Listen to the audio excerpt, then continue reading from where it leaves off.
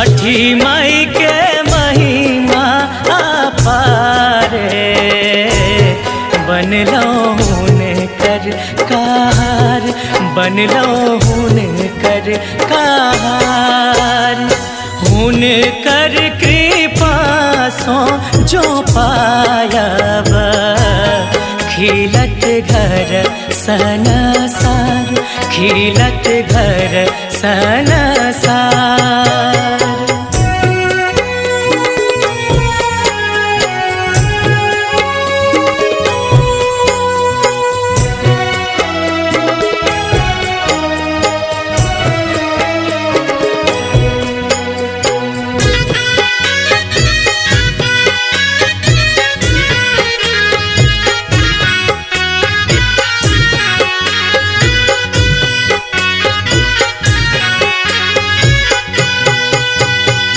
गामक दक्षिण भाग का पोखरी छठी मैया के हाकार, छठी मैया के हाकार। झिलिनी पी घाट हम बनायब मैया तिन हमर, मैया तिन हमर।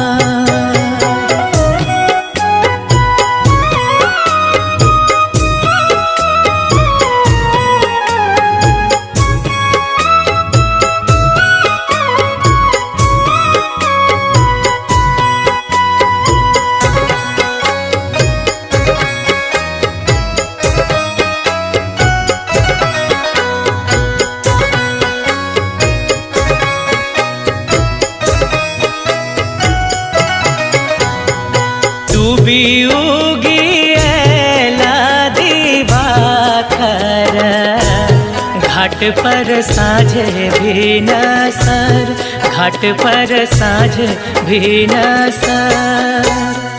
भेलै देर अब अर्घ के, अर्घ करुण स्वीकार, अर्घ करुण स्वीकार।